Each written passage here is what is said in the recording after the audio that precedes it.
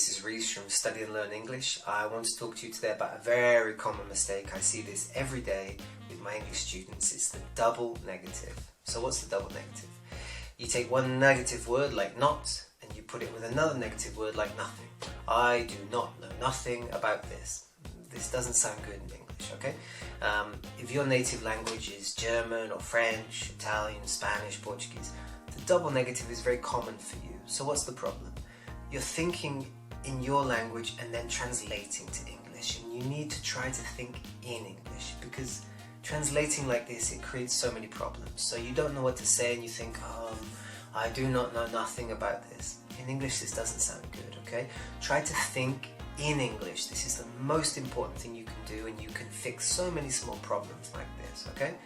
But today specifically, we're going to talk about this double negative, why it's a problem. We're going to look at some specific examples with the double negative, and then the important thing for you, how can we fix this? It's not difficult to fix, it's easy to fix, don't worry, okay? So we're going to look at some examples now, and hopefully with this you can start speaking English in a more natural way, okay? So let's have a look. So the double negative is when we combine one negative word, for example not, with another negative word, for example nothing. I do not know nothing. This does not sound good in English. This is a mistake. But it's okay. We're going to fix it today. Let's look at some examples. Negative words like don't, can't, won't, didn't, haven't, or couldn't cannot go with negative words like nothing, nobody, neither, none, or never. All of these are mistakes. I know, English can sometimes be frustrating. So, the most common double negative mistake is to finish a negative phrase with the word nothing. And I see this all the time. For example, if you say something like, I don't know nothing about that, you fail. Sorry. But if you say, I don't know anything about that, you pass. Yay! So why is this? It's because nothing is a negative word and anything is a positive word. So we combine in English a negative with a positive, never a negative with a negative. Let's look at some more mistakes. She can't talk to nobody. They didn't like neither of the options. We haven't got nothing to do. I won't do none of those things. Those are all mistakes. So how do we correct them? Look again. Pause if you need to. Can you correct the phrases? She can't talk to anybody. They didn't like either of the options. We haven't got anything to do. I won't do any of those things. Ta-da! So there you go. A negative plus a positive gives the correct construction in English. But wait, we can also say these phrases in another way.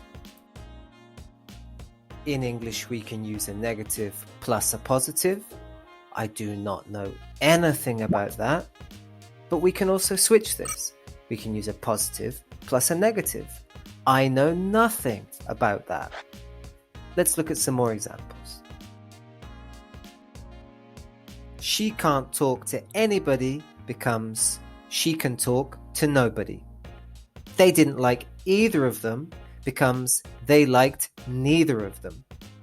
I won't do any of those things becomes I will do none of those things. And everything here is correct. So I hope that's clear, some of the mistakes with the double negative and how we can fix them. But students always ask me this question. Yeah, okay, I understand the double negative, but I saw this on TV, I saw this in a film. Yes, it's true. Native speakers do make mistakes with the double negative sometimes, but what does this mean? Okay, it means normally that person did not have a good education, or maybe they didn't grow up in a good neighborhood, okay? So when we hear a native speaker make a mistake with the double negative in English, we think, that doesn't sound great. This person is maybe not very educated. Let's look at an example from TV. All the day, y'all don't know nothing. See the... You don't know nothing. So as you can see, this does exist, it's even quite common, but it's not considered to be good in English, and you should not make that mistake. So be careful with the double negative and try not to make that mistake, okay? So that's it. I hope this video helped you to improve this. Remember, try not to use a double negative. You need to think more in English to avoid these mistakes in English. How can you do this? You need to watch more TV, more films, read more books, study more. English is difficult and there's many small mistakes that you can make. But this, the double negative, is one of the most common mistakes. And like I said, I have to correct my students every day with this. Not nothing, anything. Not nothing, anything. Not nothing, anything. Very common, okay? I hope this helped you. I'll see you in the next video. Remember, you can check us out as well on Instagram and Facebook, as well as here on YouTube. And remember to check out our website, studyandlearnenglish.com, where you can find lots of other materials, okay? Keep studying English, don't stop, it's very important. I'll see you in the next video. Bye bye.